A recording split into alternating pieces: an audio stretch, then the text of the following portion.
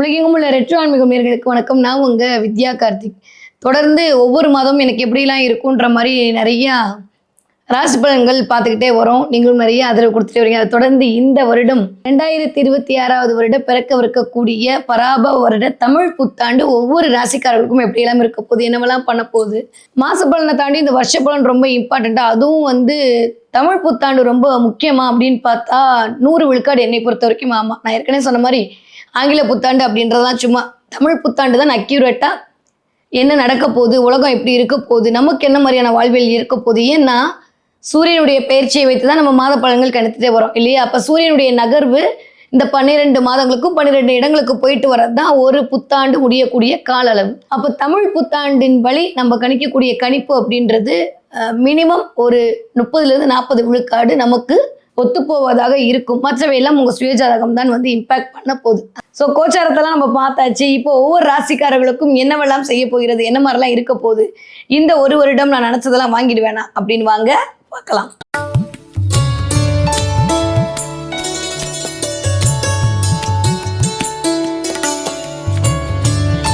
பிறக்க இருக்கக்கூடிய இந்த தமிழ் புத்தாண்டு பராப வருடம் ஒவ்வொரு ராசிக்காரர்களுக்கும் எப்படிலாம் இருக்க போகுதுன்ற மாதிரி தொடர்ந்து பார்த்து கொண்டே வருகிறோம். அந்த வகையில் இப்போ நம்ம பார்க்கக்கூடிய ராசி என்னவென்றால், தன்னுடைய சிந்தனையால் செயல்பாட்டால் அனைவரையும் சொக்க வைக்கும் என் மனதிற்கு மிக பிடித்த சிம்மராசி நேயர்களுக்கு. சிம்மராசி நேயர்களுக்கு இந்த 2026வது வருட தமிழ் புத்தாண்டு எப்படியெல்லாம் இருக்க போகுது, என்னவெல்லாம் கொடுக்க போகுது அப்படின்னு பார்த்தோன்னா, ஒரு செப்டம்பர் வரைக்கும் தான். அதுக்கப்புறம் அப்பா அப்படின்னு ஒரு பெரிய நிம்மதி பெருமூச்சு விட்டுறலாம். என்னதான் அஷ்டம சனியாக இருந்தாலும், என்னதான் வச்சு செஞ்சாலும், வச்சுக்கிட்டே செய்வேன் பயம் கொடுத்தினாலும் எல்லாத்துலேருந்து வெளில வரப்போறீங்க. தலைக்கு மேலே இருந்த கேது இவர் தேய்ப்பட 2ஆம் இடத்தை நோக்கி போக போகிறார். ஏன்னா புத்தாண்டு பலன்கள் என்பது சாதாரண ஒரு பயிற்சியை வச்சு இல்லை, எல்லா பயிற்சியும் ஒட்டுமொத்த தொகுப்பாக தான் தமிழ் புத்தாண்டு பலன்களை பார்த்துட்டு இருக்கோம் இல்லையா? அந்த வகையில் குரு பாசிட்டிவான ஒரு இடத்துல அமரப்போறார். 12ஆம் இடம் பாசிட்டிவா, அது மறைவில்லையா? அப்படிலாம் இல்லைங்க. நியூ பிகினிங் ஸ்டார்ட் பண்ணுறதுக்கு 12ஆம் இடம் தாங்க. ஒன்று முடிந்து ஒன்று தொடங்கக்கூடிய இடம் 12ஆம் இடம். இறையர்களை உணரக்கூடிய இடம் 12ஆம் இடம். கும்பாபிஷேகத்தில் கலந்துக்கக்கூடிய இடம் 12ஆம் இடம். நல்லவையெல்லாம் செய்யக்கூடிய இடம் 12ஆம் இடம். மோட்சக்காரகம், மோட்சஸ்தானம்னே பேர் அதுக்கு, முக்தி அடைதல். அந்த இடத்துல போய் சனி உட்கார்ந்துருக்காரு காலபுருஷனுக்கு. அது உங்களுக்கு 8ஆம் இடமாக வருகிறது. 8ஆம் இடம் கிட்டத்தட்ட அதே ஈக்குவல் தான். இந்த 4, 8, 12 அது ஒரு ட்ரையாங்கிள். இந்த இடங்கள்ல சனி உட்காரும் போது சிம்மராசிக்காரர்களுக்கு என்னதான் அஷ்டம சனியில் நான் உன்னை டார்ச்சர் பண்ணியே தீருவேன் கங்கணம் கட்டிட்டு இருந்தாலும் அங்கேருந்து குருவுடைய ஒற்றை பார்வை, அதுவும் 9ஆம் பார்வையான பாக்கிய பார்வையால் பார்க்க போறாரு குரு. வேற என்ன சாமி வேணும்? வேற லெவல் டிரான்ஸ்ஃபர்மேஷன் சிம்மராசிக்காரர்களுக்கு. என்ன நீங்கள் நினச்சிட்டு இருக்கீங்கல்ல, இந்த சனி தான் பிரச்சனை பண்ணுறாரு, குரு தான் பிரச்சனை பண்ண, சத்தியமா இல்லைங்க. கேது தாங்க பிரச்சனை பண்ணிட்டு இருக்கான். தலைக்கு மேலே இருக்கக்கூடிய கேது தான் உங்களை போட்டு அப்படியே வேணாம் இருக்கிறதெல்லாம் விட்டு ஓடி இல்லான்ற அளவுக்கு உங்களுக்கு டார்ச்சர் பண்ணிட்டு இருக்காரு. ஜென்மத்தில் கேதும் 7ஆம் இடத்துல இருக்கக்கூடிய ராகுவுடைய அமைப்பு தான் ஓரளவுக்கு சிம்மராசிக்காரர்களை ஒரு மாதிரியான தடைக்குள்ளும் தாமதத்திற்குள்ளும் மனரீதியான வருத்தத்திற்குள்ளும் கொண்டு போகுது. ஆனால் சனியை பொறுத்தவரைக்கும் கொஞ்சம் டிலே கொடுக்குறாரு, அவ்வளோதான். அதுவும் சனி நல்லது பண்ணுற பிளான்ட்டும் இல்லை நம்மளுக்கு. அவர் போய் 8ஆம் இடத்துல உட்காரும் போது கெட்டவன் கெட்டதில் கிட்டிடும் ராஜயோகம் தான் கிடைக்க போகுது. அது குருவோட பார்வையில் வேற இருக்காரு. மே மாதத்துக்கு அப்புறம் சிம்மராசிக்காரர்களுக்கு அல்டிமேட்டான டிரான்ஸ்ஃபர்மேஷன், செல்ஃப் கான்ஃபிடென்ட் பவர் அதிகரிக்க போகுது. இது வரைக்கும் என்னடா பொழப்பு இது, ஏன்டா இப்படி இருக்கோன்ற மாதிரி மன வருத்தப்பட்டு கொண்டிருந்த சிம்மராசிக்காரர்களுக்கு ஆளுமை பண்பு அதிகரிக்கும்.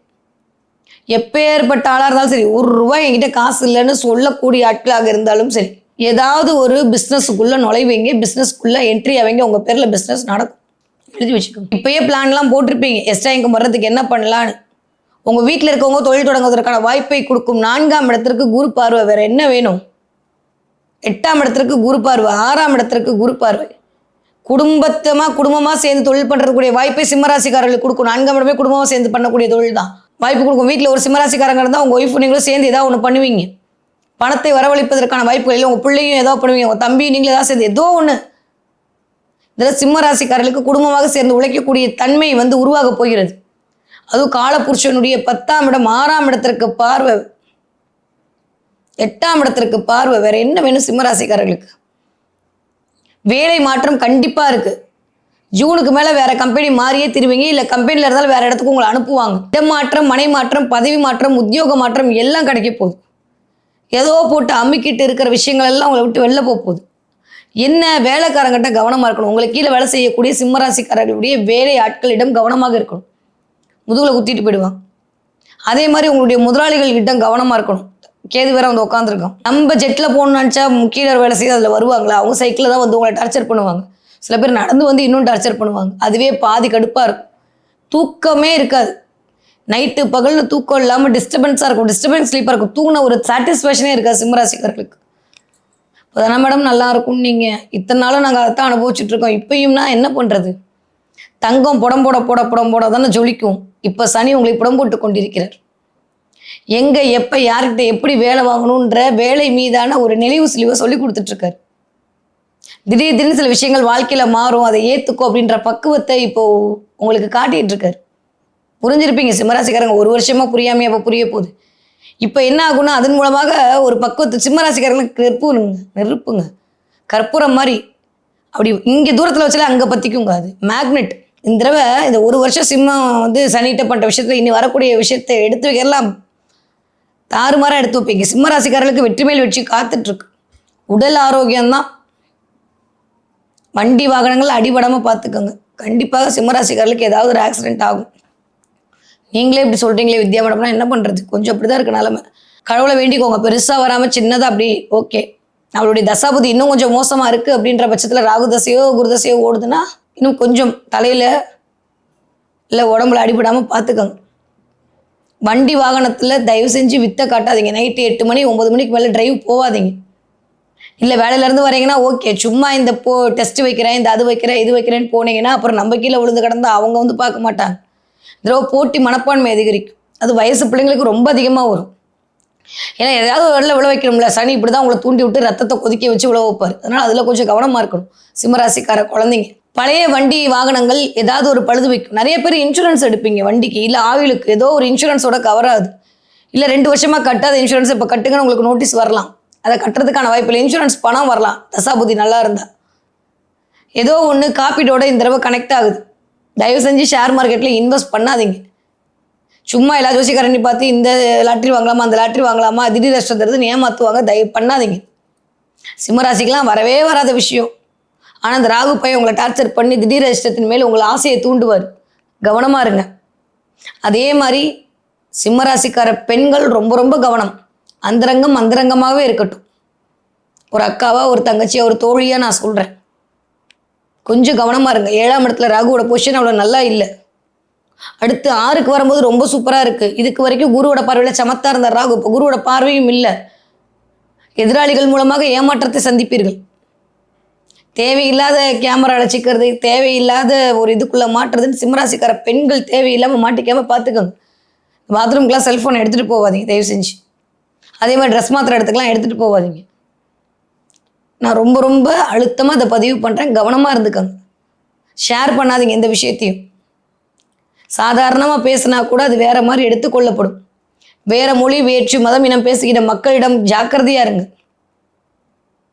கூட இருந்தே உங்களை குழி பிரிப்பாங்க. வேலையில் பிரச்சனை வரும். சிம்மராசிக்காரர்களுக்கு டென்ஷன் டிப்ரெஷன் அப்படி கேட்ட வாழ் மாதிரி வச்சுருப்பாங்க. எல்லாம் ஒரு 4 மாதம் தான். அதுக்கப்புறம் சரியாக போயிடும். அதுவும் எனக்கு தெரிஞ்சு ஜூனுக்கு அப்புறம் இன்னும் நல்லா இருக்க போகுது. ஜூலைக்கு அப்புறம் அப்படியே செப்டம்பர் கிட்ட திரும்ப எகெயின் குரு அதிச்சாரமாக வந்து சிம்மத்தில் உட்காருவார். சிவராஜ யோகம் உருவாகும். ஜெயிச்சு காட்டுவீங்க. எனக்காய அஷ்டமச்சனி என்ன பண்ண நினச்சன்ற மாதிரி விஸ்வரூபம் எடுப்பீங்க. அப்படியே சோகமாக போயிட்டு இருக்க இளையராஜா சாங்கெல்லாம் அப்படி அனிருத் சாங்காக மாறும். உங்களுக்கு கவலையே பட வேணாம். அல்டிமேட்டாக இருக்குது. சொல்லும் போது எனக்கு அவ்வளோ சந்தோஷங்க. இதெல்லாம் சும்மா டெம்பரவரி தாங்க. ரொம்ப ரொம்ப ரேராக 28 வருஷத்துக்கு அப்புறம் சிம்மராசிக்காரர்கள் நல்லா இருக்க போகிறீங்க. நல்ல நேரம் தான். கொஞ்சம் பேச்சு வழக்கில் கவனமாக இருக்கணும். செய்யாத பழிக்கு உங்கள் மேலே பழி விழலாம். செய்யாத தப்புக்கு சில பேர் மேலே திருட்டு பட்டம் கட்டுவாங்க. சில பேர் வந்து வீட்டில் நகை திருடு போகும். இதெல்லாம் கொஞ்சம் கவனமாக பார்த்துக்கணும் சிம்மராசிக்காரங்க இந்த தடவை. சரியா? இதெல்லாம் எக்ஸ்க்ளூசிவாக என்னோட ரெட்ரோ மக்களுக்கு மட்டும் சொல்கிறேன் நான். கவனமாக இருந்துக்கோங்க இதில். சரியா? சிம்மராசிக்காரர்களை பொறுத்த வரைக்கும் இந்த தடவை நகைகளில் கவனம், பொருள்களில் கவனம், உடைமைகளில் கவனம். இதிலெல்லாம் கொஞ்சம் கவனமாக இருக்க வேண்டிய காலகட்டம். நிறைய பேர் நகை வாங்குவீங்க இந்த தடவை. தங்கம் வாங்குறதுக்கான வாய்ப்பெல்லாம் 100 விழுக்காடு சிம்மராசிக்காரர்களுக்கு இருக்குது.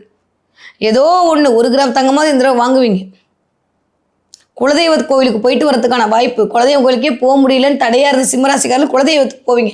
குலதெய்வம் தெரியாத சிம்மராசிக்காரர்களுக்கு இந்த தடவை குலதெய்வத்தை கண்டுபிடிப்பீங்க.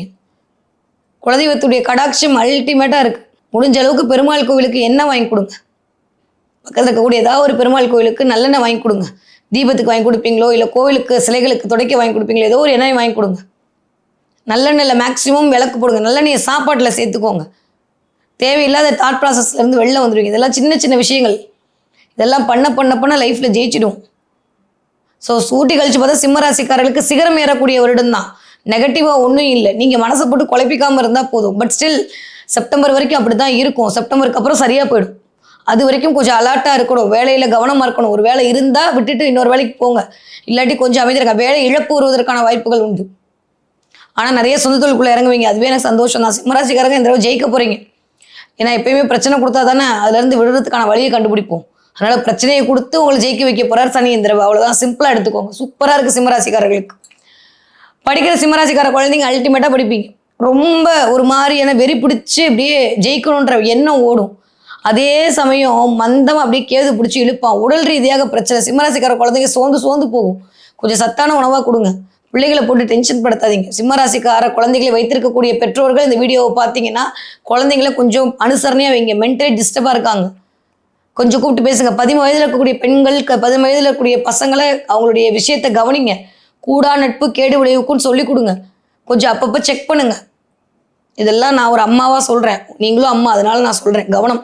சிம்மராசிக்கார பெண்களையும் சிம்மராசிக்கார குழந்தைகளையும் வைத்திருக்கக்கூடிய பெற்றோர்கள் அவங்க தப்பே இல்லை. ராகுவும் கேதுவும் ஏதோ ஒரு விஷயத்தை இண்டிகேட் பண்ணுறாங்க. இது வரைக்கும் ராகு சமத்தா இருந்தார். சிம்மத்துக்கு ராகு நல்லது பண்ணுற பிளானட் இல்லை. அது 7ஆம் இடத்துல உட்காந்து எதிராளி மூலமாக நம்மளுக்கு ஒரு பிரச்சனையை கிரியேட் பண்ணுவான். அதனால் அந்த இடத்துல கவனமாக இருக்க வேண்டிய அமைப்பில் இருக்குது. இது மட்டும் பார்த்துக்கிட்டா போதும். மற்றெல்லாம் சூப்பர்ப்பா. 20 வயதுலேருந்து 40 வயது இருக்கக்கூடிய சிம்மராசிக்காரருக்கு கொடி கட்டி பறப்பீங்க. கோட்டையை பிடிக்கிறதுக்கான நேரம்லாம் இருக்குது. சிம்மராசிக்காரர்களுக்கு வேறு லெவல் டிரான்ஸ்ஃபர்மேஷன் இருக்குது. நிறைய ஆன்லைன் வர்த்தகம் பண்ணுவீங்க, காமர்ஸ் பண்ணுவீங்க, ஆன்லைன் பண்ணுவீங்க. தலைமைத்துவம் வரும், பொறுப்புகள் கொடுப்பாங்க, புதிய பொறுப்புகள் உங்களை தேடி வரும். 2 மாதத்துக்கு முன்னாடியே நிறைய சிம்மராசிக்காரர்களுக்கு கிடைக்க ஆரம்பிச்சிருச்சு. இன்னும் வராதவங்களுக்கு இன்னும் கொஞ்ச நாளில் கிடச்சிரும். செப்டம்பர் வரைக்கும் கொஞ்சம் அட்ஜஸ்ட் பண்ணிக்கோங்க. அதுக்கப்புறம் எல்லாமே சூப்பராக இருக்கக்கூடிய அமைப்பு சிம்மராசிக்காரர்களுக்கு வர காத்திருக்கிறது. கல்யாணம் நடக்கும், குழந்தை பிறப்பு கிடைக்கும். எக்ஸ்பெக்டேஷனை விட்டுருங்க கல்யாணத்தில். இல்லாட்டி இப்போ இல்லை, அடுத்து 35 வயசுல கல்யாணம் நடக்காது. அடுத்து எகன் தலைக்கு மேலே குரு வருவார். அடுத்து திரும்ப 2ஆம் இடத்துக்கு குரு வருது. எப்போ இன்னும் 4 வருஷம் 5 வருஷத்துக்கு அப்புறம் கல்யாணம் பண்ணுறதுக்குள்ளே அது அவ்வளோதான். அதனால் இப்போயே 30 வயசு தாண்டின சிம்மராசிக்காரங்க தயவு செஞ்சு இருக்கிற பிள்ளையை பார்த்து கல்யாணம் பண்ணிக்கிறது உத்தமம். ஆனால் அவர்கள் மூலமாக உங்களுக்கு லாபம் கிடைக்கும். 8ஆம் இடத்துக்கு குரு பார்வை. 7க்கு 2 தான் 8. மாமியார் வீட்டு மூலமாக உங்களுக்கு நல்ல லாபம் கிடைக்கும். மனைவியின் மூலமாக லாபம் கிடைக்கும். கணவன் மூலமாக லாபம் கிடைக்கும். ஃபிசிக்கல் அப்பியரன்ஸை பார்த்து எடை போடாதீங்க. மென்டலும் உங்களுடைய அந்யோன்யமும் எப்படி இருக்குன்றதை பற்றி தான் வரன் வேணும். அதை ஞாபகம் வச்சுட்டு பண்ணிங்கன்னா ஓகே. இல்லை கல்யாணத்தில் கொஞ்சம் டிலே வர்றதுக்கான வாய்ப்புகள் இருக்குது சிம்மராசிக்காரர்களுக்கு. 40 வயதுலேருந்து 60 இருக்கக்கூடிய சிம்மராசிக்காரர்களுக்கு அல்டிமேட்டான டைம் பீரியடு. நான் ஏகன் மீண்டும் வரான்ற மாதிரி இருக்கு எனக்கு சொல்கிறதுக்கு. பெண்களாக இருக்கிற பட்சத்தில் ஆரோக்கியத்தில் மிகுந்த கவனம். 100ல் 200ல் 500 விழுக்காடு கவனம். அடிவயிறு பிரச்சனை வரலாம். சில பேருக்கு மரபு நோய்கள் எட்டி பார்க்கலாம். சில பேருக்கு கேன்சர் மாதிரி சிம்டம்ஸை கேது கொடுக்கலாம். சில பேருக்கு யூட்ரஸில் பிரச்சனை வந்து யூட்ரஸ் எடுக்க வைக்கலாம். கவனமாக இருக்கணும். சிம்மராசிக்கார அப்பாக்களுக்கு இதயம் சம்மந்தப்பட்ட பிரச்சனையை திரும்ப இண்டிகேட் பண்ணலாம். இல்லை உங்களுக்கே கொஞ்சம் படபடப்பு, ஆன்சைட்டி, டிப்ரெஷனுக்குள்ளே போய் அது மூலமாக ஒரு மாதிரி டென்ஷனாக இருக்கான வாய்ப்புகள்லாம் இருக்குது. கால் சம்மந்தப்பட்டு வெரிகோசஸ், பாதம் பிடிச்சி நரம்பு பிடிச்சி இழுத்துக்கிட்டே இருக்கும். காஃப் மனசுலேருந்து கீழே பாதம் வலி வரும். கால் வலி தான் சிம்மராசிக்காரங்க எனக்கு தெரிஞ்சு இப்போ நிறைய அனுபவிக்கிறீங்க சொல்லாமல். முதுகும் காலும் தான் போட்டி எடுக்கும். அதை மட்டும் கொஞ்சம் கவனமாக பார்த்துக்கோங்க. கொஞ்சம் வீட்டில் விட்டு கொடுத்து போங்க. 2ஆம் இடத்துக்கு சனியோட பார்வை அவ்வளோ நல்லதில்லை. குரு பார்த்தாலும் பரவாயில்ல. எதுவுமே இல்லாமல் இருக்கக்கூடிய 2ஆம் இடம். நம்ம ஒன்று சொன்னால் வீட்டில் இருக்கிறது ஒன்று சொல்லும். ஏற்கனவே நீங்கள் அதெல்லாம் கண்டுக்க மாட்டீங்க தான். ஆனால் இப்போ ஒரு மாதிரி இருக்கும்போது உங்களுக்கு அவங்க பேசினா நல்லா இருக்குமோன்னு தோணதான் செய்யும். ஆனால் என்ன பண்ணுறது, சனி பிம்பிளிக்கா பிளானி காட்டுறாருல்ல. வாயை விடாதீங்க. வீட்டில் மட்டும் இல்லை, வெளியிலையும் வேணாம். கோவப்பட்டு ஆத்திரப்பட்டு கத்தி பிரயோஜனம் இல்லை. உங்களுடைய தலைமை வெளிப்படும். நான் தான் பெரிய ஆளுன்னு காட்ட தோணும். ஏன்னா சித்திரை மாதம், மே மாதம், ஜூன் மாதம் வரைக்கும் கொஞ்சம் சிம்மராசிக்காரங்க தயவு செஞ்சு கொஞ்சம் அமைதியாக இருங்க. வேலை பார்க்குற இடத்துல டென்ஷன் ஆகாதீங்க, கத்தாதீங்க. உங்கள் உடம்பு தான் கெட்டு போகும். யாரையும் திருத்த நீங்கள் பிறக்கல, யாருக்கும் கொடியாக கொடுக்க பிறக்கல. உங்களை பார்த்துக்கோங்க. இதை நான் 6 மாதமாக சொல்லிட்டு இருக்கேன் சிம்மராசிக்காரர்களுக்கு. டென்ஷன் ஆகாதீங்க. நீங்கள் டென்ஷன் ஆனீங்கன்னா அப்புறம் உங்கள் உடம்பு கெட்டு போகும். அதனால் சிம்மராசிக்காரர்கள் ஆரோக்கியத்தில் கவனமாக இருக்கணும். அக்கறை எடுத்துக்கொள்ள வேண்டிய காலகட்டமாக இருக்குது. நிறைய நல்லவே நடக்க போகுதுப்பா. திடீர்னு சில விஷயங்கள் நடக்கும். கீழே இருந்தவங்க மேலே போகிறீங்க. ஆனால் மேலே இருக்கவங்க கீழே வருவீங்கன்னா வரமாட்டீங்க. ஏன்னா குரு பார்வையில் இருக்கீங்க. மேலே இருக்கவங்க இன்னும் கொஞ்சம் அப்கிரேட் ஆக போகிறீங்க. இந்த வருஷம் உங்களுக்கான கனவுகள் பலித்தமாகும். விஷ சீட் எல்லாம் நிறைவேறும். 8ஆம் இடம் நல்லா இருந்ததுன்னா திடீர் நடக்கும். அதனால தான் திடீர் அதிர்ஷ்டம்னு பேர் அந்த இடம். அதனால சூப்பராக இருக்குது சிம்மராசிக்காரர்களுக்கு. அதை பற்றியும் கவலைப்பட வேண்டிய அவதியுமே இல்லை. உடல் ஆரோக்கியத்திலும் தூக்கத்துக்கும் மட்டும் கொஞ்சம் இம்பார்ட்டன்ஸ் கொடுக்கக்கூடிய சிம்மராசிக்காரர்களுக்கு இந்த பராபவ வருடம் உங்களுடைய பராக்கிரமத்தை காட்டக்கூடிய வருடமாக இனிதே மலர காத்திருக்கிறது. என்ன தெய்வத்தை வழிபாடு செய்யலாம் சிம்மராசிக்காரங்க? எனக்கு தெரிஞ்ச குலதெய்வ வழிபாடு மிகச்சரியான ஆளுமையை கொடுக்கும். அதை தாண்டியும் சிவன் வழிபாடு சிந்தையை நிறைவிக்கும். திருவண்ணாமலைக்கு முடிஞ்சால் ஒரு தடவை போயிட்டு வாங்க. இன்னும் ரொம்ப டீப்பாக எடுத்தால் ஸ்ரீரங்க பெருமாளுக்கு போய் ஒரு தடவை ஒரு காலார் நடந்துட்டு வாங்க. 2ஆம் இடமே அதான் வருது. பெருமாள் கோயிலுக்கு போய் காலார் நடந்து வாங்க. பெருமாள் கோயிலுக்கு என்ன கொடுங்க. இதெல்லாம் கொடுக்க சிம்மராசிக்காரர்களுக்கு மிகப்பெரிய ராஜயோகம் இனிதே மலர காத்திருக்கிறது இந்த தமிழ் புத்தாண்டில்.